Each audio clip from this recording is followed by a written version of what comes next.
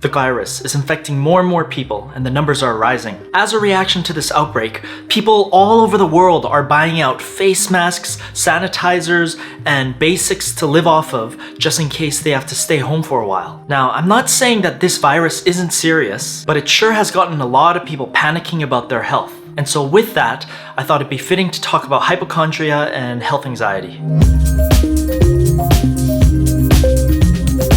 Hey, my name is Daniel and I love talking about mental health. If you're interested in this topic as well, don't forget to subscribe to our channel. Okay, so every one of us lives in a mortal, finite body in a constantly changing environment. Yes, some of us have it worse than others, but it is perfectly normal, no matter who you are, for this body that we live in to not always work at its most optimal level. Perfectly normal. Sometimes your stomach won't feel too good. Sometimes you'll feel a soreness that you didn't notice before. Sometimes you'll develop a rash on your skin. And if you're a highly sensitive person like I talk about in my past video, even the slightest changes in your body can feel really big to you. Sensing these things are all quite normal. It means that your nervous system is doing its job. But after having these sensations, there are different places that our thoughts can go to. One thought might be, oh, it's nothing. Another might be, something doesn't feel so right. I think it might be a good idea to book an appointment with the doctor. And another might be, oh my gosh, this is an emergency.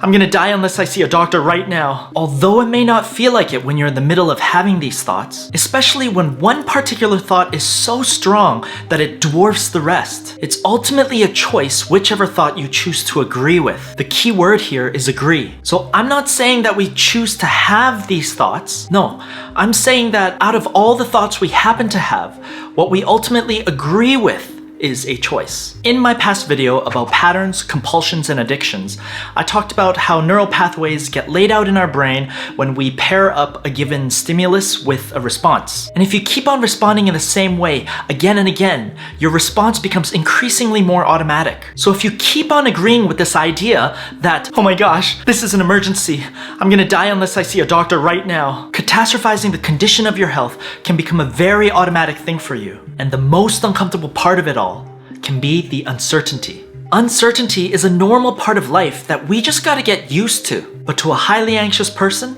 it can be unbearable. So to eliminate the discomfort of this uncertainty, a lot of people spend so much of their time, energy, and money to gain certainty for themselves. And who better to supply that than a health professional, a doctor? So a lot of people anxious about their health make frequent visits to the doctor. But even waiting to see the doctor can be painful. So in the meantime, many anxious people turn to something more immediately accessible, the internet. This is just a bad idea if you're going into it already believing that something's wrong with you. With this kind of bias, it's just too easy to find something terminal and then diagnose yourself with that. All you end up doing with that is just freaking yourself out more while not being any more certain about your health. So you finally see the doctor and the doctor says, you're gonna be fine. Whew, what a relief. Now when that relief feels so much better, that taps into the reward center of the brain. And you can become dependent on this reward like an addiction. Another thing that can happen over time, just like it happens in a lot of other addictions, is a development of patterns that cause physical sensations. For example, in the past, when I used to feel extreme sadness, I'd cope by isolating myself in my bedroom, turning off the light, and going to bed. After I kept on repeating this pattern, something very interesting happened. Even though I had plenty of sleep, and sleep was the last thing I needed, upon sadness coming over me, all of a sudden, my body started telling me I should be sleeping. I felt the physical sensations of sleepiness. The same thing can happen with health anxiety. So instead of first sensing a physical problem and then thinking catastrophically about your health, this can start to happen in reverse order. Your health anxiety can cause you to feel the symptoms of sickness that's not actually there. This can cause another problem. You might start to grow skeptical and doubtful of your doctor when they keep on telling you that you're fine, even though it feels so real to you that something's wrong. And after repeatedly doubting doctors, you can get yourself trapped into a place